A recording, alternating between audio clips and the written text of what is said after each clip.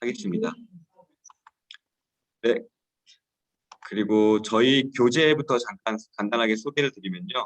저희 교재는 이 엑스포지멘털이라는 이러한 교재로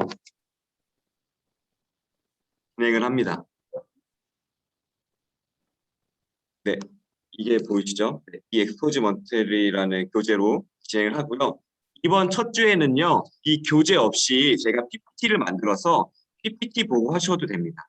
때문에 첫 주에는 이거 없어도 PPT로 제가 만들었기 때문에 그거 보면서 천천히 살펴보도록 하겠습니다. 그리고 첫 번째 강의이기 때문에요.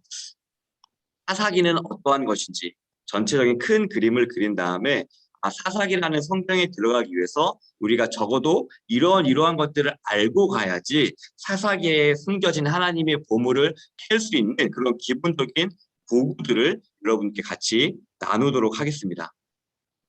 때문에 사사기라는 것을 아무런 준비 없이 가는 것보다 이러한 것들을 보고 사사기를 들어가게 되려면요. 여러분들 안에 기준이 생길 거예요. 사사기라는 성경을 해석하기 위해서는 저 사람 왜 저렇대? 왜 저렇게 살았대? 그렇게 상대방을 비난하거나 아니면 도덕적으로 이렇게 살지 말아야지만 치는 것이 아니라요. 우리가 사사기 들어가기 전에 이러한 해석의 관점들 이렇게 바라가야지 하나님은 이러한 분이시지 인간 이러한 분이지 이러한 것들의 기준을 세우고 사사기를 바라보게 된다면요. 하나님께서는 이러한 것들 때문에 이러한 상황들을 통하여서 우리가 이렇게 살기를 원하시는구나라는 우리만의 해석을 가질 수 있을 거예요. 때문에 우리가 성경은 누가 500년 전에는 누가 사살했다더라, 600년 전에는 누가 사살했다더라 그러한 지식만 아는 것이 아니라 이러한 것들을 토대로 우리가 어떻게 살아가야 되는지 이러한 것들까지 나아갈 수 있게끔 이게 성경이 구성되어 있기 때문에 여러분들과 함께 성경을 해석할 수 있는 그러한 원리를 같이 나누고 그것을 공유함으로써 우리가 그리스도인으로서 인생을 이렇게 살아가야 되는구나 라는 것을 여러분과 함께 나누고자 합니다. 때문에 이러한 것들을 이 사사기라는 것들을 통해서 하나님의 은혜가 또한 하나님께서 우리에게 알려주고 싶으신 것이 이 가운데 충만하게 임하기를 진심으로 소원합니다. 때문에 제가 먼저 기도하고 사사기 수업을 진행하도록 하겠습니다.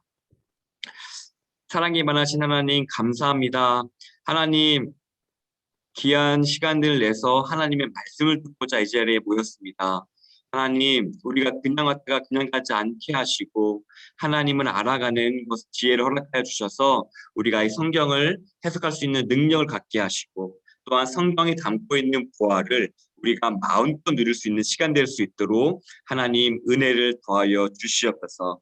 하나님 가르치는 자나 듣는 자나 모두에게 은혜되는 시간 되게 하여 주시옵고 하나님 머리만 채우는 지식을 채우는 시간 되는 것이 아니라 삶이 변하고 생각이 바뀌고 이로 인하여서 우리의 가정이 살아날 수 있는 그런 귀한 시간 될 수 있도록 은혜를 더하여 주시옵소서. 감사드리며 이 모든 말씀 살아계신 예수 그리스도 이름으로 기도합니다. 아멘. 네, 그러면 본격적으로 시작을 하도록 하겠습니다. 제 수업 스타일은요, 이렇게 PPT로 수업을 진행합니다. 때문에 여러분들이 PPT 보시면서 같이 보도록 하겠습니다. 네, 여러분들 PPT는 잘 보이시면은 이렇게 표시해 주시면 좋을 것 같습니다. 네, PPT 잘 보이시죠? 네, 감사합니다. 그러면요, 저희 이 사사기 공부를 PPT를 통해서 같이 보도록 하겠습니다. 저는요, 이 사사기라는 주제를 대했을 때 하나님의 열심과 하나님을 떠난 인간의 실체를 극렬히 대비해주는 책이 바로 이 사사기라는 걸 생각했기 때문에 하나님의 열심과 하나님을 떠난 인간의 실체라는 부제목을 달아서 사사기를 이렇게 적어봤습니다. 네, 오늘 첫 수업의 개요는요 이렇게 진행됩니다. 이 소개는 좀 넘기기도 하고요. 그다음에 두 번째는 사사기에 대해서 큰 그림을 우리가 그려보도록 하겠습니다. 그리고 사사기로 들어가기 전에 우리가 이것은 알아야 된다라는 것들을 사전 배경 지식을 먼저 갈아가고요. 그럼 1주 저기 이 책에 기록된 그러한 문제들을 보고요. 그 마무리로 통해서 오늘 1강을 진행하도록 하겠습니다. 네, 먼저 이제 자기소개를 같이 하면 좋은데 상황상 자기소개가 어렵기 때문에 저만 소개를 하면서 좀 넘어가도록 하겠습니다. 이걸 하는 이유는 무엇이냐면요. 나는 무엇을 기준으로 삼느냐라는 것이에요. 사사기는 여러분들도 너무 잘 아시겠지만 왕이 없으므로 자기의 소견에 옳은 대로 행하였더라라고 했던 것이 바로 이 사사기의 특징이에요. 그런데 우리는 이 사사기를 여기에 이 성경 속에 나타난 이스라엘 백성만 이렇게 살았다고 생각하지만 실제로 나의 소견대로 행동하는 것은요 오늘날에도 동일하게 진행되고 있다는 거예요. 때문에 나는 어떤 것을 중요하게 생각하는지 그리고 나는 사사기를 통해서 무엇을 얻고 싶으신지 그것을 같이 좀 나누고자 해서 이 시간을 얻지만 지금은 이제 소리가 울리는 관계로 저만 잠깐 나누고 넘어가도록 하겠습니다. 네, 이제 사사기의 큰 그림을 그리고 하는데요. 저희는 볼 때 사사기는요.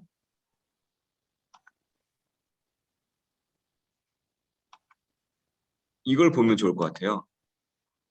사사기는 크게 두 가지로 우리가 보면 좋을 것 같습니다. 한 가지 사건을 보고도요. 뭐 예를 들어서 여러분들이 잘 아는 삼손이 이런 일을 행하였더라라고 했을 때에 우리는 분석을 하죠. 삼손이 하나님 말씀을 안 들어서 머리 잘려가지고 이렇게 된 거야 이렇게 보기도 하고 하지만 우리는 이 한 가지 사건을요 두 가지 관점으로 볼 거예요. 어떤 걸 볼 거냐면요. 첫 번째는요 하나님의 열심이라는 관점에서 볼 겁니다. 무엇이냐면 여기 적혀 있는 대로 인간은요 언제나 불안정한 결정을 해요.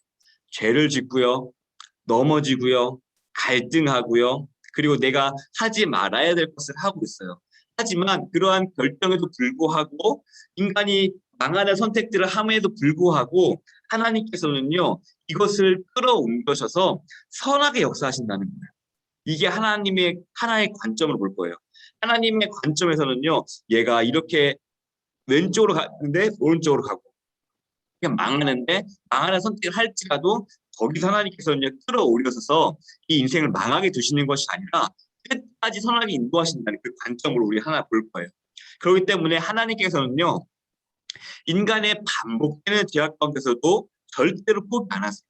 때문에 이 사사기라는 아무런 우리가 성경에 있어서도 희망이 포기되지 않는 것은 무엇이냐면요 하나님께서 놓지 않기 때문이에요. 이걸 우리의 인생에 동일하게 적용하면요. 우리가 아무리 실패한 인생, 남들에게 무시당하는 인생, 우리가 우리의 목소리 주장하지 못하는 인생으로 산다 할지라도 우리의 인생이 망하지 않는 것은 무엇이냐면요. 하나님께 우리를 포기하지 않기 때문에 이것이 바로 하나님의 기준으로 우리의 인생을 바라보는 관점입니다. 때문에 우리는 이 사사기를 통해서 이 관점을 연습할 거예요. 사사기에 이 백성들을 하나님 이렇게도 포기하지 않으셨구나. 이 백성들이 그렇게 하나님을 배신하고 이 백성들이 하나님을 그렇게 무시해도 하나님을 포기하지 아니하시는구나. 이 관점을 연습함으로써 우리 인생에 대입할 거예요. 우리의 인생 내가 그렇게 살았지만 내가 이게 나약하게 살았지만 내가 인정받지 못한 인생이지만 하나님은 그럼에도 불구하고 우리 인생을 포기하지 아니하시는구나. 이 관점을 우리 인생에 적용할 수 있을 만큼 계속 사사기를 통해서 연습할 거예요. 이렇게 바라봐야 되는구나. 이렇게 바라봐야 되는구나. 하나님 이렇게 바라보시는구나. 계속 기록도 연습함으로써 우리의 인생을 바라볼 수 있게끔 또한 우리의 주변에 힘든 사람들의 인생을 하나님께서는 그래도 너의 인생을 포기하지 않으셔. 하나님이 그럼에도 불구하고 너의 인생을 함께하고 계셔. 사사기에 기록된 사람들을 봐봐. 절대 포기하지 않으셔. 하나님은 희망의 하나님이야. 라는 것을 여러분의 인생을 통해서 또한 주변 사람들에게 드러낼 수 있을 정도로 우리는 지속해서 사사기의 말씀을 통해서 보게 될 것입니다. 그리고 또 한 가지 하나님께서는요 이 사사기 말씀에서 판결을 하셔요.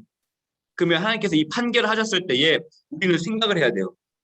나는 왜 이렇게 생각했는데 하나님께서는 왜 이렇게 생각하셨지? 그럼 우리 이 판결을 통해서 우리가 생각해야 될 것은 무엇이냐면요. 하나님이 이 판결을 우리에게 보여주심으로써 사사기라는 기록에 남겨주심으로써 우리가 어떻게 생각하기를 원하시지? 이것을 우리 생각해야 됩니다. 하나님께서 성경에서 기록된 것들이 있단 말이에요. 이렇게 해라. 이렇게 해라. 그러면 왜 이것을 기록에 남겨주셨을까? 이것을 통해서 우리는요. 어떻게 반응해야 될까? 우리가 동일한 상황에 처했을 때도 어떻게 반응해야 될까라는 것에 있어서 우리는 배울 거예요. 이것을 사사기를 통해서 반복적으로 공부하고 연습함으로써 우리의 인생에 대입할 수 있게끔 만들 겁니다. 12주의 시간 동안 하나님 이렇게 역사하시는구나. 하나님 이렇게 판단하셨구나. 그리고 우리의 인생에는 이렇게 대입할 수 있겠구나. 하나님의 판결이 이랬으니까 난 이렇게 살아가야 되겠구나라는 것을 연습함으로써 12주 지난 후에는 우리가 이것을 우리 인생에 대입할 수 있는 하나의 근거가 될 겁니다. 하나의 기둥이 될 겁니다. 그래서 우리는 하나님의 열심이라는 관점으로 이 사사기라는 볼 거고요. 그리고요, 또 다른 관점은 이 관점이에요. 하나님을 떠난 인간의 모습이 어떠한가를 우리가 적나라하게 볼 거예요.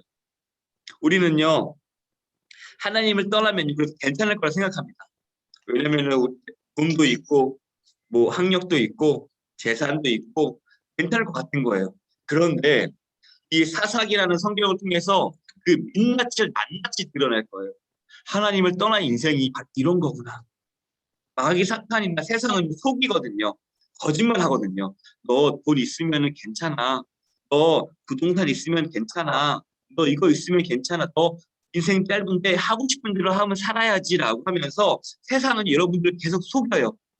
그리고 이 땅에서만 시선을 꽂히게끔 만들어요. 하지만 우리가 기억해야 될 것은 무엇이냐면요.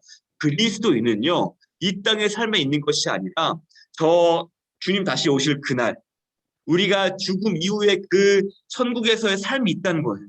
우리는 그 삶을 이 땅에서 준비함으로써 그 상에 이제 그 이후의 삶을 넘어가게 되는데 사탄과 세상은 이렇게 얘기해요. 너 이 세상을 생각하지 말고 일단 여기서 살아. 너가 원하는 대로 살아가야지. 너가 당장에 편해야지. 너가 당장에 가족들에 있어서 큰 소리 낼 수 있어야지. 너가 당장에 교회에서 무시당하지 않고 살아야지. 당장에 너의 자존심대로 살아야지 하면서 계속 여기에 몰아가요. 우리는 그런데 그러한 삶이 어떠한 삶을 맞이하는지 사사기를 통해서 볼 거예요. 아, 하나님을 떠난 삶이 이거구나. 하나님의 말씀에 순종하기보다 나의 편함을 쫓았던 삶이 이러한 파국을 맞이하는구나. 우리는요, 이것을 적나라하게 볼 거예요. 하지만 우리는 이것은요, 우리의 평생의 씨름이 될 건데요. 왜냐하면요, 세상은요, 지속적으로 우리를 속이기 때문이에요.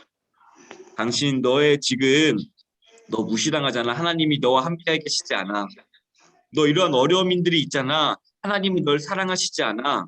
너 이러한 수많은 네가 치욕을 당하고 있잖아. 하나님이 살아계시다면은 너가 이런 것도 왜 겪하겠어? 다른 것으로 계속 유혹하고 우리를 거짓말하고 속일 거거든요.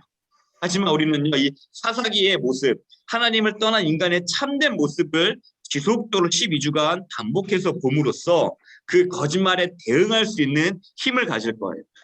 이 거짓말이 얼마나 강력하냐면요. 실제적으로 내 마음이 아프고요. 실제적으로 내가 무시당하는 느낌이 들고요. 실제적으로 내가 핍박을 당해요. 그럼에도 불구하고 우리가 하나님을 떠날 수 없는 것은 우리의 인생은요. 여기서 인정받기 위한 인생이 아니라 저 천국 갔을 때에 주님 배울 다시 그날에 우리가 순결한 신부로서 주님 배울 거룩한 신부로서 준비되는 과정이라는 임무를 하는 것이 바로 이 땅이기 때문이에요. 그 본질을 놓치지 않기 위해서 우리는 이것에 대해서 꾸준히 살펴보고 그 거짓말에 대응할 수 있는 힘을 가질 거예요. 너는 그렇게 나에게 속임수를 하지. 너가 나한테 핍박을 하고 너를 할지라도 나의 목적은 여기서 대우받는 것이 아니라 나의 목적 이 땅에서 편함을 사는 것이 아니라 나의 목적 여기서 거룩한 신부로 준비해서 주님 배울 그날에 주님께 거룩한 신부로 나아가는 게 나의 인생의 목적이야. 나는 우리가 담대한 정체성을 갖고요. 마음의 힘을 가질 거예요. 이 지식을 통해서. 때문에 이게 없으면 우리가 흔들리거든요. 하나님 날 사랑하시나? 하나님 나에게 우여곡절을 겪게 하시는데 나를 떠나신 것은 아닌가? 절대 아닙니다. 우리의 목적은 거룩한 신부로 준비해서 주님 배울 그날에 나아가는 거기 때문에 우리는 그 거짓말을 파헤칠 거예요. 하나님 없어도 괜찮아. 너가 당장에 편해야 돼. 당장 해야지라는 그 거짓말의 실체가 어떠한 것인지 파헤칠 겁니다. 그래서 하나님을 떠나 인간의 참모습, 그 실체를 드러냄으로써 어떠한 참혹한 결과가 따라오는지 그걸 볼 거예요. 그리고 하나님께 순종하는 것보다 나의 편함을 택했던 인생의 최후, 그리고 하나님을 떠난 인간이 과연 옳은 선택을 할 수 있는가? 이거에 대한 문제도 우리가 더 나아갈 거예요. 이거에 대한 비유는요, 제가 많이 듣는 비유가 있는데, 청소년부에서도 많이 듣는 비유가 있는데, 어른과 갓난아이의 그러한 제가 선택을 표해요. 어린 아이의 옳음은 무엇일까요?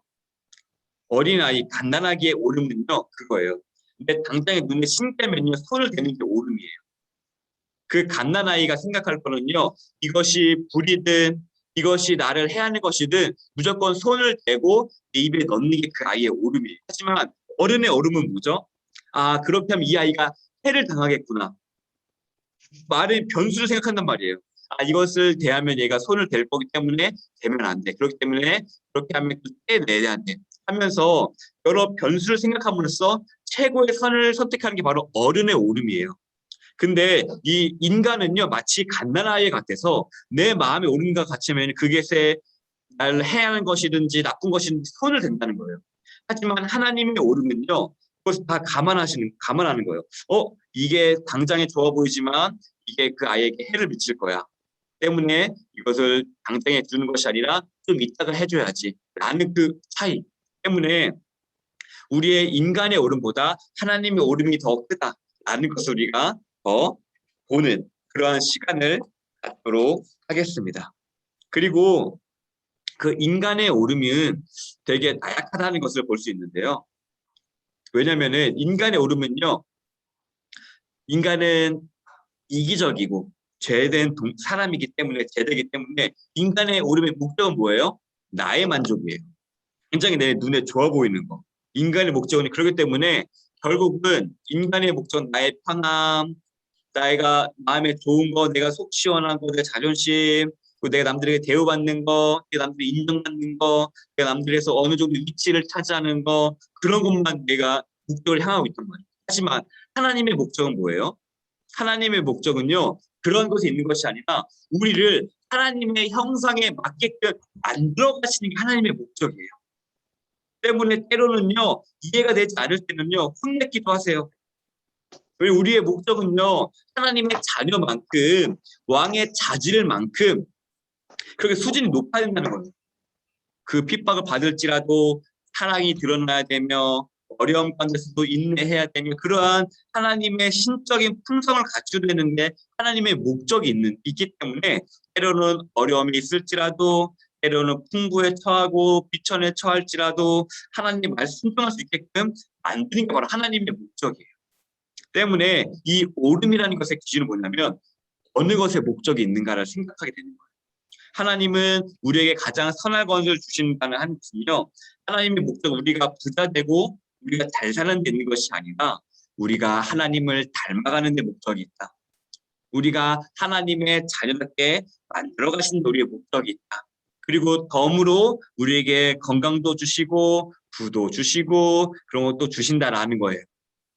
때문에 우리는요, 하나님의 목적이 어디에 향해 있는지, 인간의 목적이 어디에 향해 있는지, 그리고 그에 따름에 옳음이 나타나고 있다는 그 원리를 볼 거예요. 아, 이 사사기의 사람들은 자신의 편함을 찾았기 때문에 이러한 선택을 했구나. 하지만 하나님의 목적은 하나님의 이스라엘 백성들을 구원하고 하나님 형상을 만들어 가신 거기 때문에 끝까지 씨름하셨구나. 이것을 대비하면서 볼 거예요.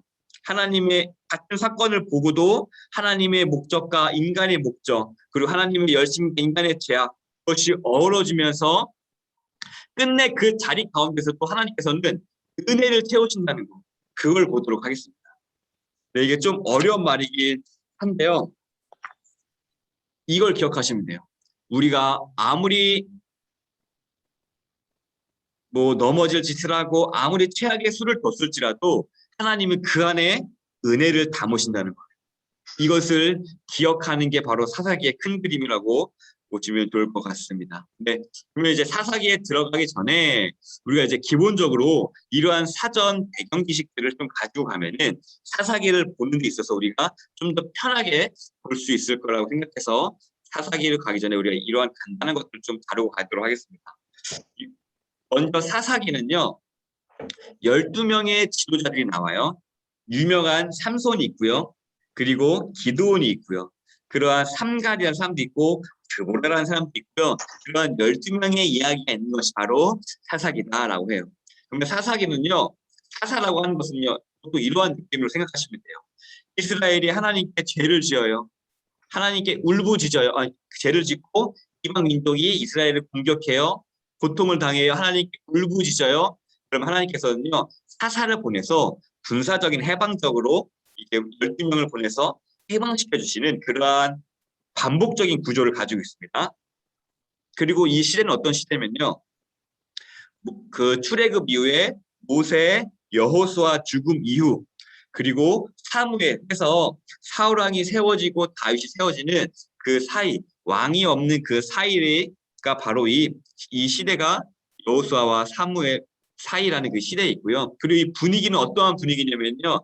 전체적으로 침울하고 암담한 분위기예요. 여기서는요. 이방인들도 하지 않는 그러한 수많은 제약들이 기록되어져 있고요. 서로 싸우기도 하고요. 12지파 서로 하나님의 백성끼리 서로 싸우고 죽이고 죄를 짓고 그리고 성직 매매가 이루어지는 그러한 최악의 분위기가 나타나고 있어요. 그리고 이제 이 사사기의 이슈는 무엇이냐면요. 사사 그리고 천사들이 나오기도 하고 입다의 딸, 기드온, 여성의 지위 이러한 것들이 그러한 이슈들이 기록되어져 있고요. 결국 이 신학적인 메시지는 뭐냐면요. 하나님을 떠난 인간의 민낯, 얼마큼 인간이 악해질 수 있는가 라는 것이 나타나게 되고요. 또한 그럼에도 불구하고 하나님께서는 신실하게 자신의 백성을 이끌고 가신다라는 것들이 바로 이 신학적인 메시지예요. 하나님께서는요. 이 인간이 최악의 상황에서도 그 선택된 백성을 포기하지 아니하시는 그리고 인간이 죄악으로 꾸중물을 썼어도 하나님께서는요 그 꾸중물 속으로 들어가서 자기를 더럽히심에도 불구하고 그들을 끌고 가서 끄집어내시는 그런 하나님의 신실함과 사랑이 기록된 책이 바로 이 사사기를 우리는 볼 수가 있습니다.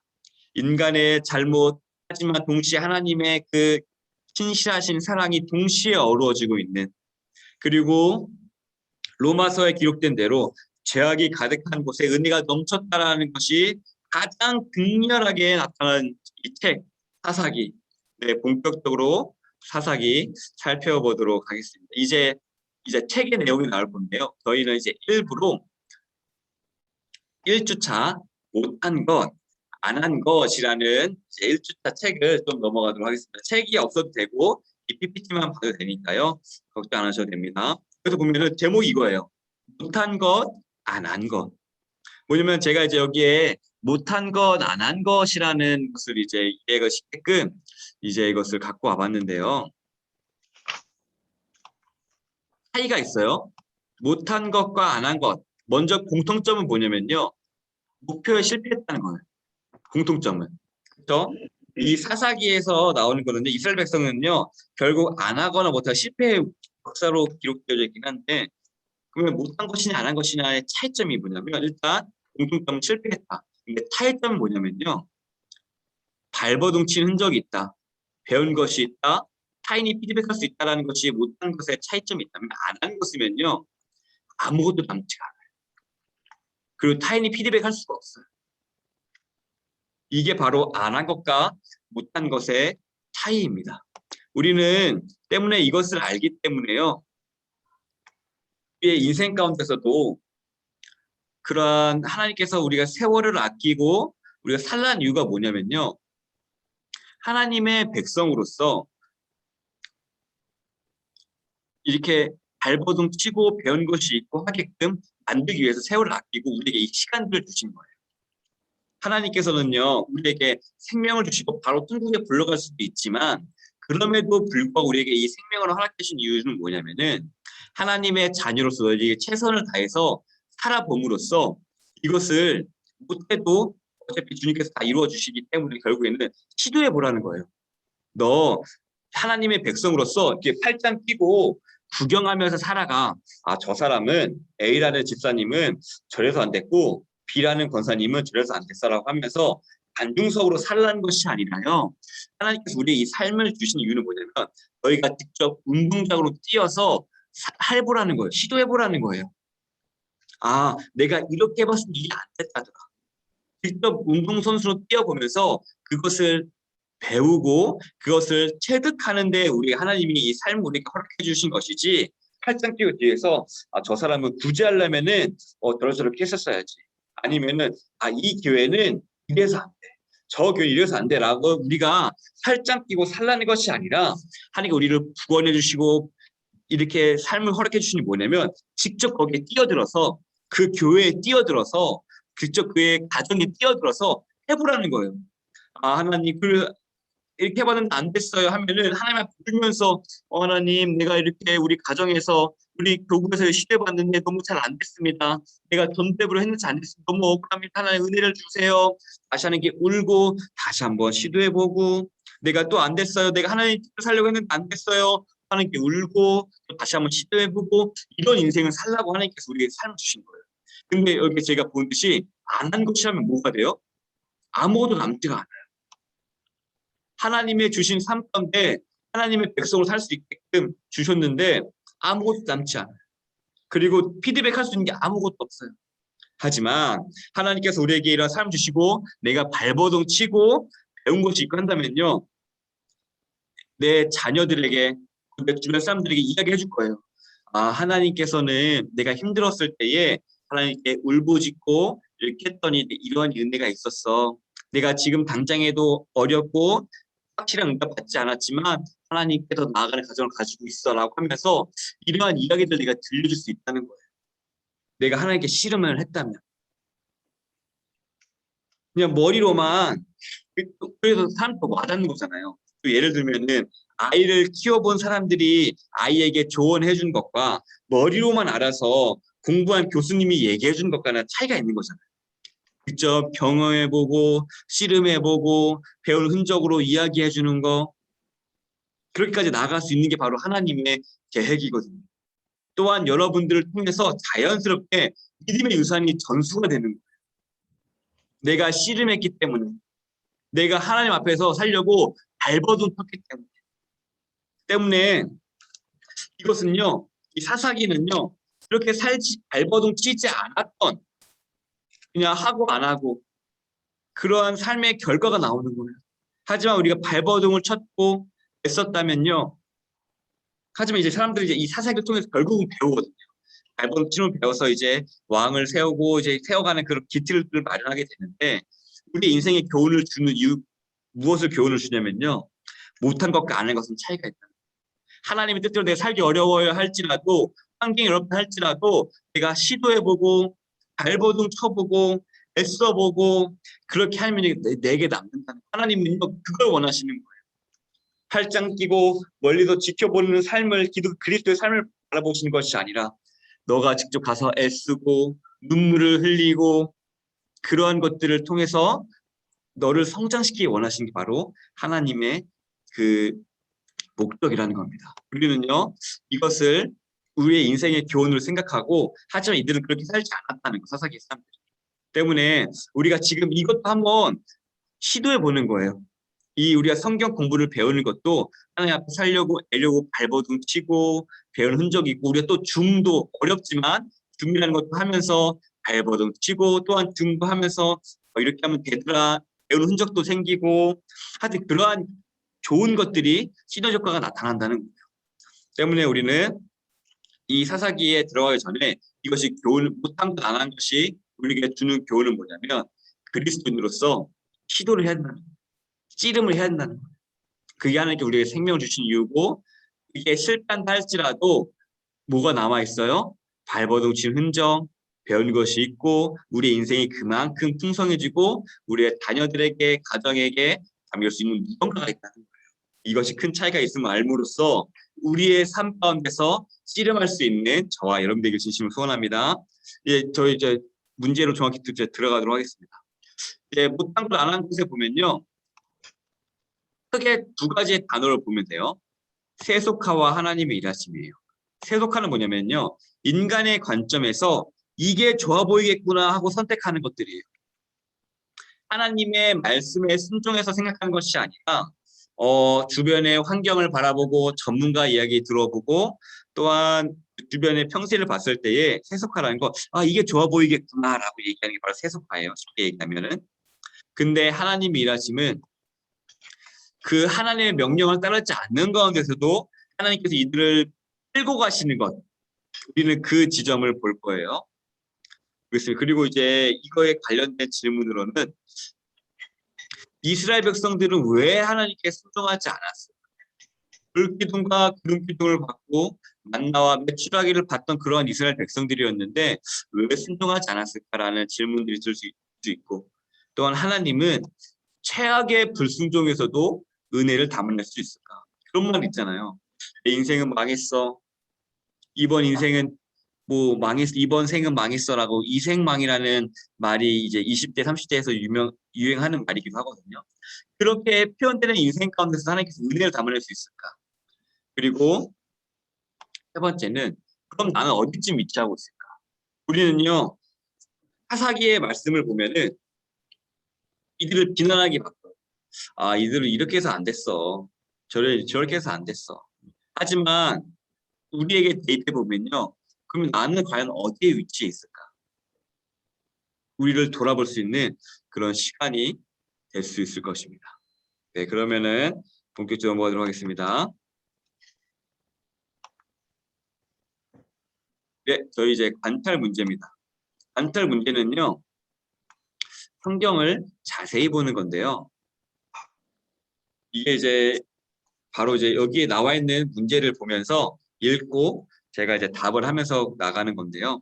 이것을 통해서 좀 더 살펴보도록 하겠습니다. 관찰이 총 5문제가 있고 5문제를 접하고 그다음에 마지막으로 교훈을 접하고 수업을 마무리 짓도록 하겠습니다. 첫 번째 질문 제가 읽도록 하겠습니다. 여기 다 보이시죠? 네. 여호수아가 죽은 후에 이스라엘 자손이 질문한 것은 무엇이며 어떠한 의미를 가지고 있는가라고 기록되어 있어요.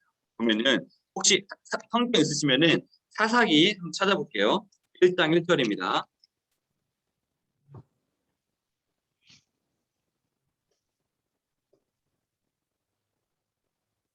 사사기 1장 1절. 네, 성경 없으신 분은 제가 읽어드리도록 하겠습니다. 사사기 1장 1절입니다. 제가 읽도록 하겠습니다. 여호수아가 죽은 후에 이스라엘 자손이 여호와께 여쭈어 이르되 우리 가운데 누가 먼저 올라가서 가나안 족속과 싸우리까? 아멘. 있습니다. 첫 번째 문제 뭐냐면요. 여호수아가 죽었어요. 시대적 배경으로. 그렇죠? 그 다음에 이유가 바로 사사기의 역사인데 그럼 이제 하나님께 질문했단 말이에요. 어떠한 질문을 했냐면 이렇게 질문했어요. 하나님, 우리 중에 이제 사사기의 배경이 뭐냐면 하나님께서 가나안 땅을 주셨고 그 가나안 땅을 이제 이방 민족과 싸워서 뺏어야 하는 게 바로 여기에 시대적 상황이에요. 이제 그 이방 민족과 싸워야 되는 상황이에요. 그러면은 그 싸움 가운데서 누가 먼저 올라가 싸워야 됩니까? 라고 물어본 거예요. 또 이것이 의미하는 바는 뭐냐면 옛날에는 모세나 여호수아나 지도자가 있어가지고 그 사람들이 하나님과 소통해서 끌고 갔다면은 이제 그들이 없기 때문에 중재자가 없이 하나님이 없이 이제 자기가 스스로 해야 되는 상황입니다. 그 의미를 나타내고 있는 게 바로 사사기의 그러한 의미입니다. 네, 그리고 이제 두 번째 문제로 바로 넘어가겠습니다. 두 번째 문제 제가 읽도록 하겠습니다. 하나님은 유다 지파를 지명하시는데 유다 지파는 어떤 실수를 하는가라고 나와 있어요. 이거는 이제 1장 2절부터 3절인데요. 또 제가 읽도록 하겠습니다. 여호와께서 이르시되 유다가 올라갈지니라 보라 내가 이 땅을 그의 손에 넘겨주었노라 하시니라. 유다가 그의 형제 시므온에게 이르되 내가 제비 뽑아 얻은 땅에 나와 함께 올라가서 가나안 족속과 싸우자. 그리하면 나도 내가 제비 뽑아 얻은 땅에 함께 가리라 하니 이에 시므온이 그와 함께 가니라. 아멘. 여기서부터 뭔가 이제 삐걱대기 시작하는 지점인데요. 어떻게 삐걱대냐면요. 하나님께서는요. 유다 지파를 말씀하셨어요. 유다 지파가 이제 싸우러 가라고 명령하셨는데 유다 지파가 그것을 어떻게 해석을 해요? 근데 나 혼자 가도 되지만 시므온이라는 사람을 지파를 같이 가면 좀 더 낫겠다. 라고 하면서 이제 하나님 명령에 자기 생각을 덧붙이기 시작해요. 그러면서 이제 그러한 실수를 조금씩 범하기 시작하는 거예요. 하나님의 명령하면은 말씀하시면은 거기에 바로 해야 되는데 거기에 자기 생각을 덧붙이는 거예요. 그러한 실수가. 그러면서 이제 하나님의 명령에 조금씩 빗나가게 되는 것들이 나타나게 되는 거예요. 하나님은요 분명히 관역이 있으면은 여기 덩중하게 맞추라고 했는데 혼자 가도 되지만 신무원 데려가면 좋겠지 하면서 9점, 8점 조금씩 멀어지는 모습이 이스라엘 백성이 나타난다는 거예요.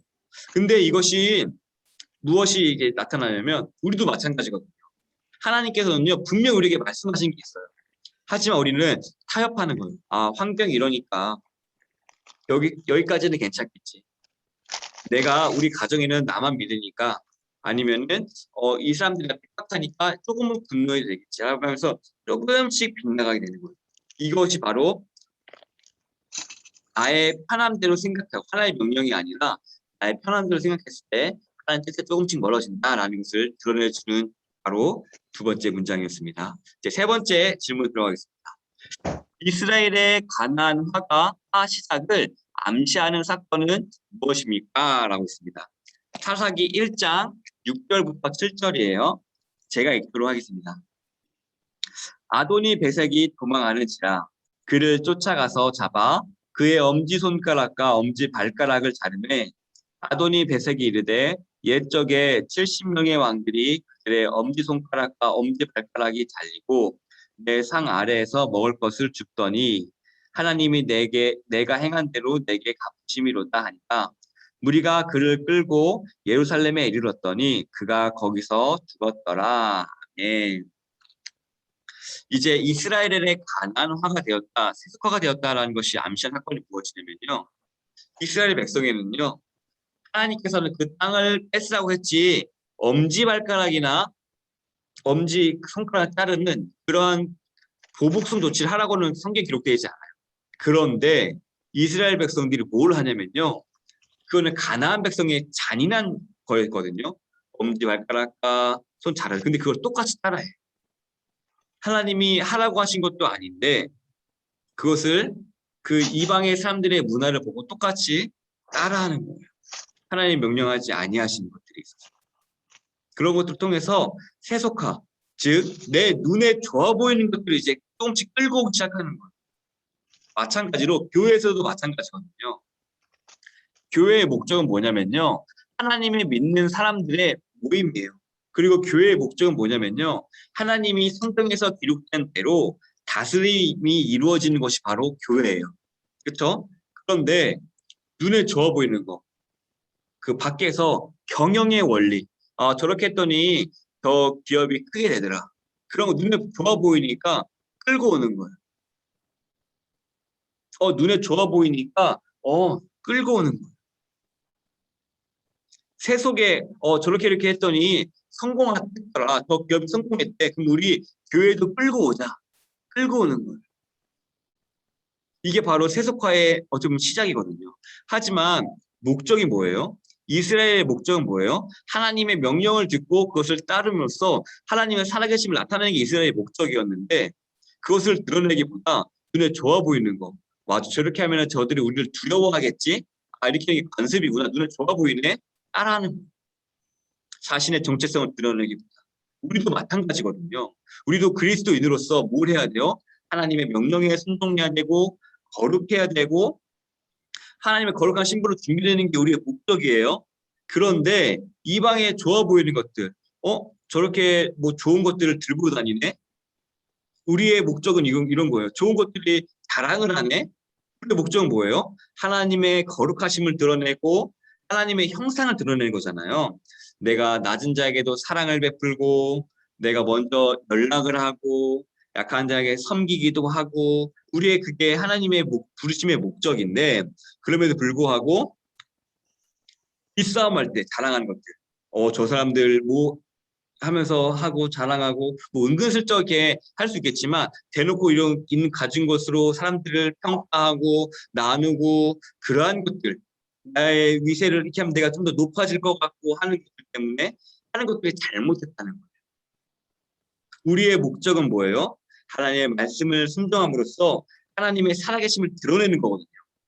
그런데 그런 것들에 관련 없이 좀 더 좋아 보이고 저게 더 세련돼 보이고 저거 갖고 있으면 내가 뭔가 잘나 보이고 그런 것들을 도입하는 거. 그게 바로 이제 세속화라는 거예요. 그런 것도 우리도 좀 더 주의를 해야 된다. 때문에 그 사도 바울은요, 너희의 자유를 섬기는 데 쓰라고 하거든요.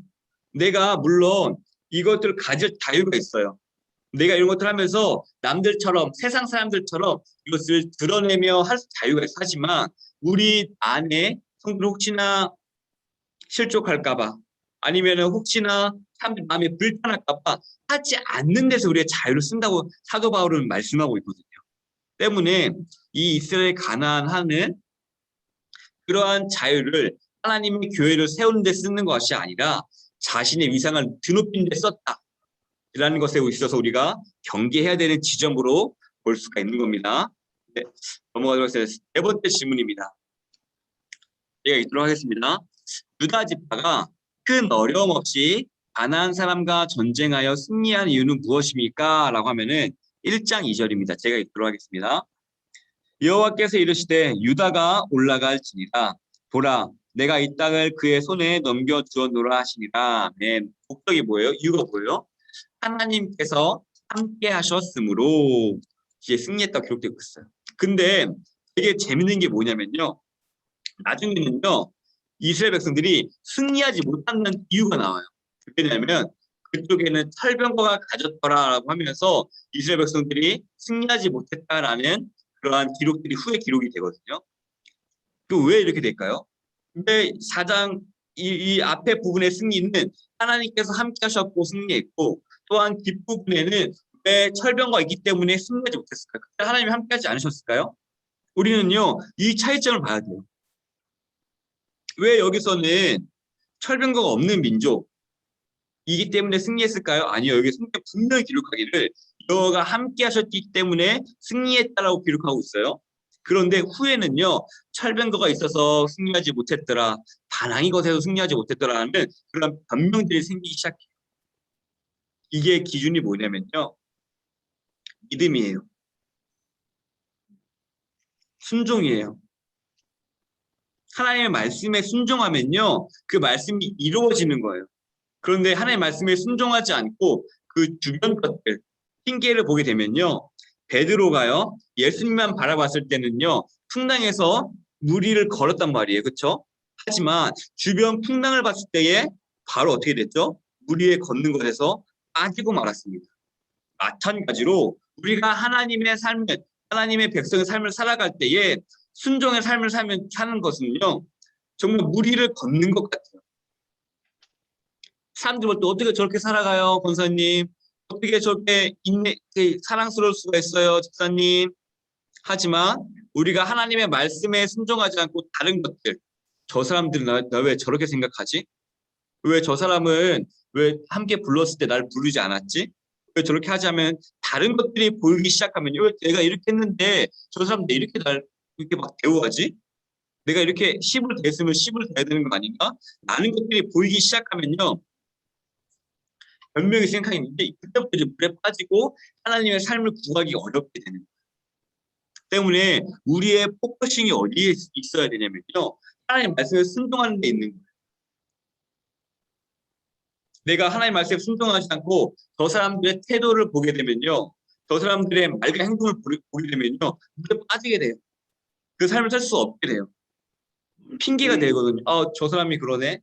하지만 우리가 하나님의 말씀을 볼 수 있는, 하나님의 말씀에 순종할 수 있는 가장 근본적인 거는요. 하나님의 말씀만 보는 거예요. 주변이 어떠하든 그들이 철병거를 가지고 있든 그들이 나를 따돌리는 것 같은 느낌이 들든 나를 이렇게 무시하는 것 같은 느낌이 들든 뭐에 집중하는 거예요? 그들의 음성에 집중하는 것이 아니라 그 철병거에 집중하는 것이 아니라 하나님의 말씀에 집중했을 때에 이스라엘 백성을 승리했고요. 그들이 철병거에 집중했을 때에 그들은 철병거 때문에 승리하지 못하는 거예요. 우리의 삶도 마찬가지예요. 우리는 무엇에 집중하고 있나요? 하나님 말씀에 순종에 집중하고 있나요? 그러면 우리는 쭉 나아갈 수 있을 거예요. 하지만 사람에 집중하고 있나요? 다른 사람들의 평가에 집중하고 있나요? 아니면은 뭘 하고 있는 재물에 집중하고 있나요? 그럼 우리는요, 그 집중하는 것으로 인하여서 하나님의 백성의 삶을 살 수가 없을 거예요. 마치 철병거에 집중했던 이스라엘 백성들이 그 삶을 정복하지 못했던 것처럼, 또한 베드로가 하나님에 집중한 것이 풍랑에 집중했을 때에 무리를 걷지 못했던 것처럼 우리의 삶도요 그런 삶입니다. 우리는요 무엇에 집중해야 돼요? 하나님 말씀에 집중, 하나님 말씀 순종하는 것에 집중. 그리했을 때 우리가 살 수 있어요. 하지만 우리가 조금만 눈을 돌려서 사람에 집중하게 되거나 평가에 집중하게 되거나 나의 재물에 집중하게 되면요 물에 빠질 거예요. 승리하지 못할 거예요. 그것으로 인해서 우리가 걸려 넘어질 거예요. 때문에 우리는 늘 생각해야 됩니다. 나는 어디에 집중해야 되는가? 나의 마음을 흔드는 것은 무엇인가? 저 사람의 태도가 나의 마음을 흔드는가? 아니면 저 사람이 가지고 있는 무언가가 나의 마음을 흔드는가? 아니면 나의 어떠한 자격지심이 나를 흔들고 있는가? 우리 늘 되돌아봐야 돼요. 나를 붙들 수 있는 건 뭐예요? 하나님의 말씀. 그 말씀에 순종했을 때만 나는 흔들리지 않고 쭉 순종할 수 있는 거예요. 하지만 교회 생활을 하다 보면요. 관계 문제가 생길 수가 있어요. 교회 생활을 하다 보면요. 어려운 문제가 생길 수가 있어요. 그때 어디에 집중해야 돼요? 하나님에 집중하고 하나님께 나아가면 울면서 이제 기도하면서 나아가는 그때부터가 이제 진짜 그리스도의 삶일 거예요. 너가 얼만큼 하나님을 붙들고 있느냐. 그때부터가 진짜 하나님의 백성의 씨름인 거예요. 너가 편할 때는 모르지만 하나님을 얼만큼 붙들 수 있느냐. 풍랑 가운데서 하나님을 얼만큼 붙들 수 있느냐. 그때부터가 씨름이거든요. 우리는 이것을 기억해야 됩니다. 이스라엘 백성들은요, 사사기 백성들은요, 처음에는 그것을 붙들었어요. 하나님 말씀 붙들었기 때문에 초반에는 승리를 합니다. 하지만 그들의 눈이 시선이 자꾸 가나안 백성들의 삶으로 흘러가요. 철병거로 흘러가요. 그들의 문화로 흘러가요. 그로 인해서 그들은 점점 하나님의 말씀으로 마음이 채워지는 것이 아니라 이방 민족으로 마음이 채워지고요. 이방 민족이 바라보는 것으로 마음이 채워지고요. 그들의 문화가로 마음이 채워져요. 하나님 말씀에 들어가지 못하니 그들의 삶도 무너지게 됐던 거예요. 우리의 인생도 마찬가지입니다. 나는 무엇에 집중하고 있는가? 나를 흔드는 것은 무엇인가? 사사기의 백성들이 보여주는 모습은요. 너의 마음을 하나님의 말씀으로 채우라는 것입니다. 그랬을 때 우리는요. 어떠한 거기서 흔들리지 않고 끝까지 믿음에 완주할 수 있어요. 사탄은요. 우는 사자와 같이 여러분들을 흔들려고 애쓸 것입니다. 여러분들의 약점들을, 여러분들의 과거의 경험의 트라우마들을 여러분들의 그것을 끊임없이 물어뜯 닫고 늘어질 거예요. 여러분들을 넘어뜨리기 위하여서, 여러분들을 시험에 빠뜨리기 위하여서, 그리고 어떨 때는 자연스럽게 개구리가 뜨거운 물에 바로 들어가면 튀어나오듯이 그 처음 조금씩 이제 따뜻한 물 해가지고 이게 죽어가게 만드는 그러한 전략을 쓰든 아니면 갑자기 쏟아지는 그러한 반응할 수 없는 그러한 재난 같은 것의 공격을 여러분들을 흔들든 아니면 여러분들이 사랑하는 사람들의 관계 어려움에서 흔들든 여러분들 자꾸 흔들려고 할 겁니다.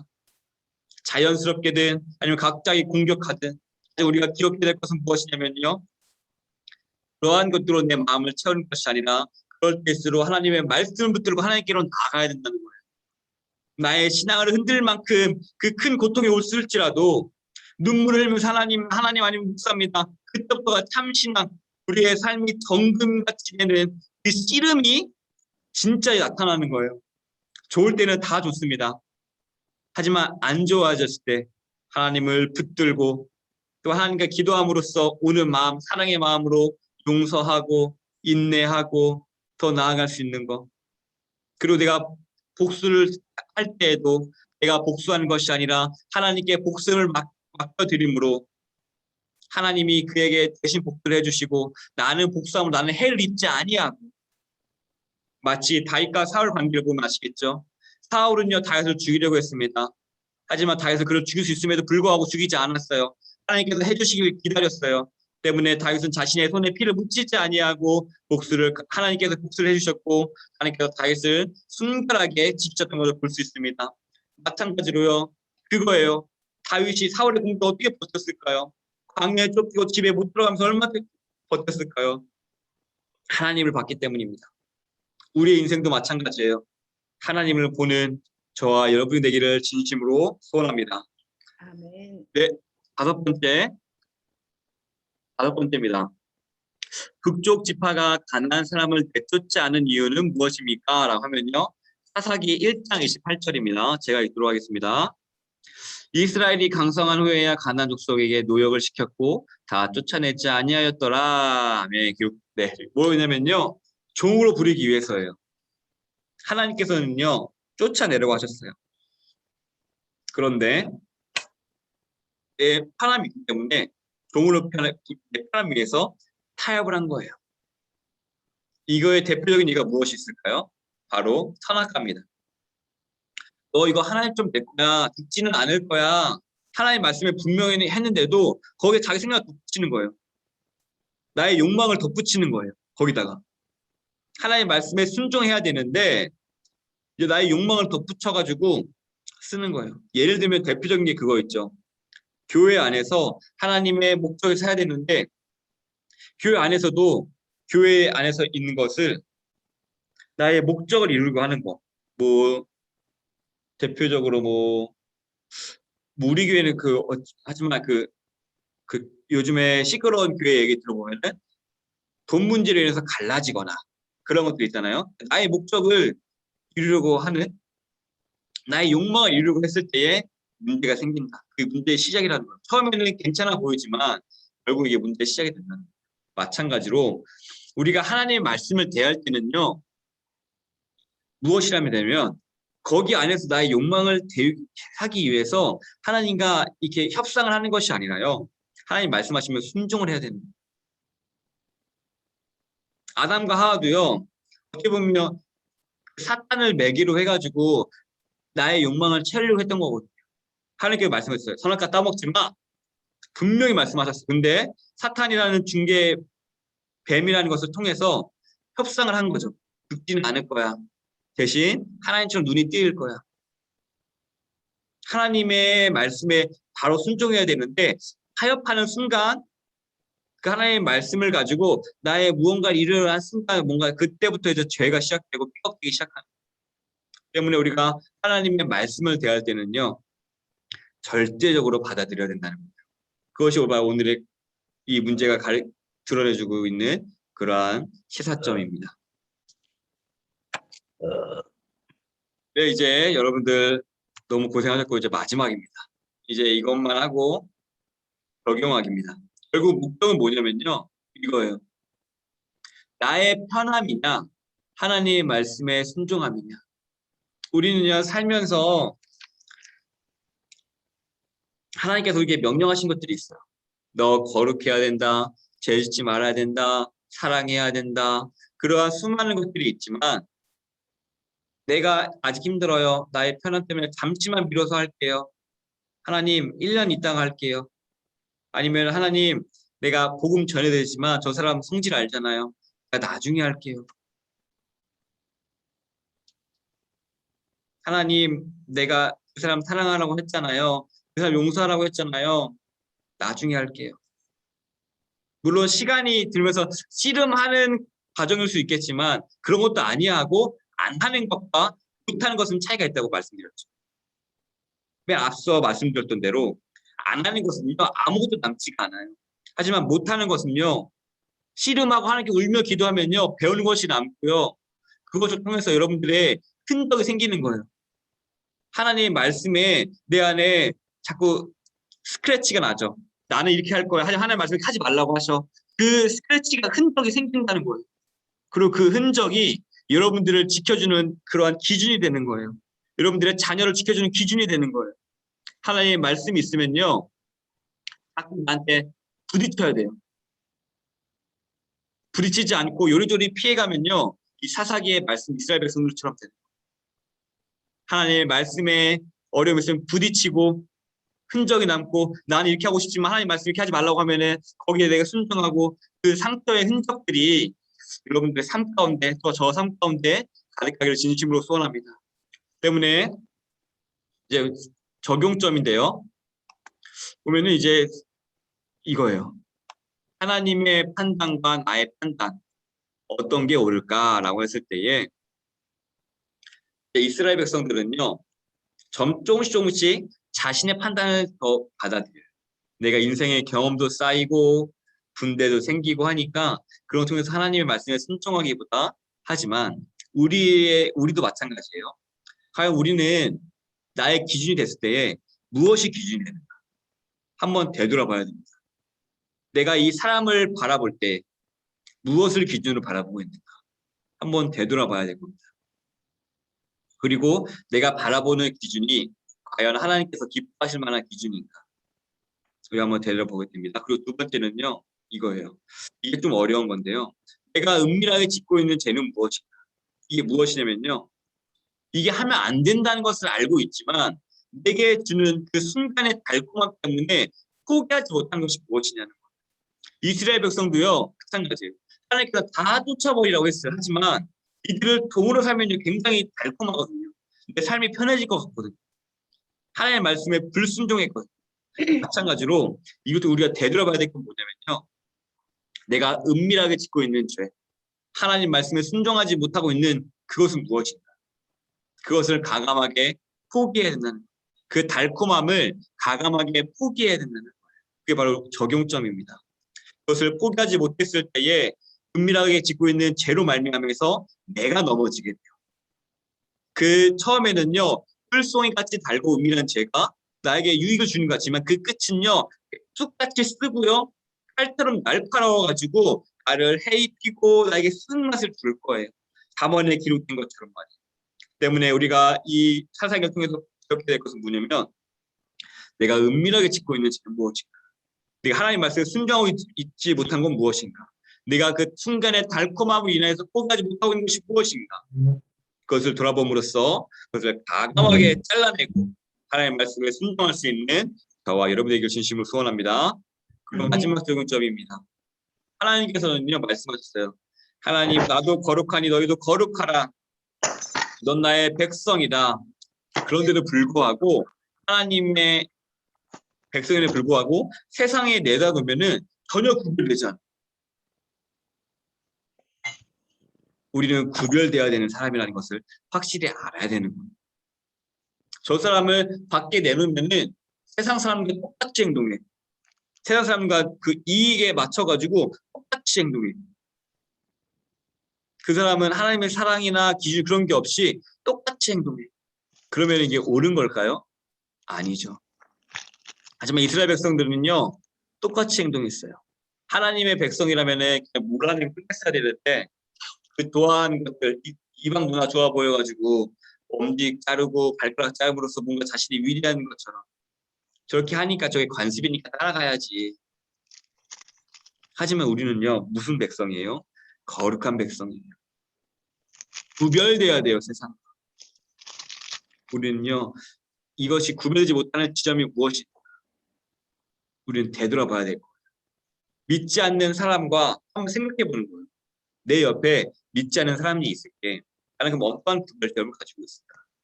나는 어느 지점에서는 하나님의 말씀에 구별은 결국 하나님의 말씀에 순종하는 거거든요. 나는 어디 부분에서 하나님의 말씀에 순종하고 있을까? 어느 부분에서 순종하지 못할까? 그 지점을 한번 되돌아보는 거예요. 때문에 결국은 뭐냐면요. 이 사사기 말씀이 보여주는 거는요. 나의 편함이냐 아니면 하나님의 말씀에 순종하냐. 그리고 이 싸움이에요. 우리 인생의 평생의 싸움이에요. 결국은 이게. 주님 배울 그날까지 우리는 평생 이 싸움을 할 거예요. 나는 이 지점에는 하나님께 순종하고 이 지점은 하나님께 순종하지 못하네. 하지만 분명히 알아야 될 것은 무엇이냐면요. 우리는요. 그 하나님께 순종하지 못한 지점들을 조금씩 정복해 나가야 된다는 거예요. 하나님 그걸 두고 보지 않으신다는 거예요. 하나님께서는 이제 여러분들과 사사기 시작하면서 여러분들의 은밀한 죄들을 들추고 한번 마주하고 하면서 하나씩 하나씩 순종하는 지점으로 우리는 확장시켜 나가는 그러한 이미지로 나갈 거예요. 여러분들에게 앞으로 가나안 땅이라는 게 있습니다. 하나님 말씀 순종한 그거 가나안 땅이라는 것은요. 여러분들 앞으로 살아가는 날들로 생각하십니다. 그 날들을 하나님께 순종하는 날들로 하나님께 올려드리느냐, 하나님께 순종하지 않는 것으로 내가 불순종으로 내가 키우고 있느냐, 그것을 우리는 바라보면서 나아갈 거예요. 때문에 우리는 자꾸 이 씨름을, 평생의 씨름을 이제 연습할 겁니다. 12주간 씨름을 연습할 겁니다. 나의 편함을 선택할 것이냐, 나의 자존심을 선택할 것이냐, 나의 위치를 생각할 것이냐, 아니면 하나님의 말씀에 순종하는 것을 선택할 것이냐. 우리는 평생의 이 싸움을 할 거고 12주간 오늘 이 싸움을 이제 시작했습니다. 이것을 자주 이제 되돌아보고 이 싸움에 내가 그러하지 못한 부분이 있으면 한번 생각해보고 순종하며 나아갈 거예요. 때문에 이 기간 동안 너무나 소중한 기간입니다. 마귀 사탄은 여러분들이 여기에 참여하지 못하게 할 거고요. 또한 여러분들의 관계를 어렵게 할 수도 있고요. 또한 여러분들의 감정을 힘들게 해서 여기에 참여하지 못하게 하는, 여러분들을 돌아보지 못하게 하는 그러한 상황들을 만들 수도 있어요. 마귀 사탄은 그걸 원하지 않기 때문에 여러분들에게 자꾸 그러한 것들을 할 수가 있습니다. 근데 우리는 기억해야 합니다. 하나님께서는요, 우리를요, 그것을 하나님의 자녀로 만들게끔 부르셨고 그 지점까지 이끌고 가실 거라는 거예요.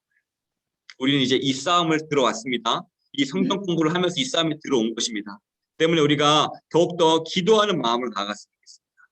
이거는 머리만 채우는 시간이 아니라요, 나를 되돌아보면서 내가 순종하지 못한 부분을 제거해 나가면서 해야 되는 거예요. 이게 바로 이제 사사기의 근본적인 핵심입니다.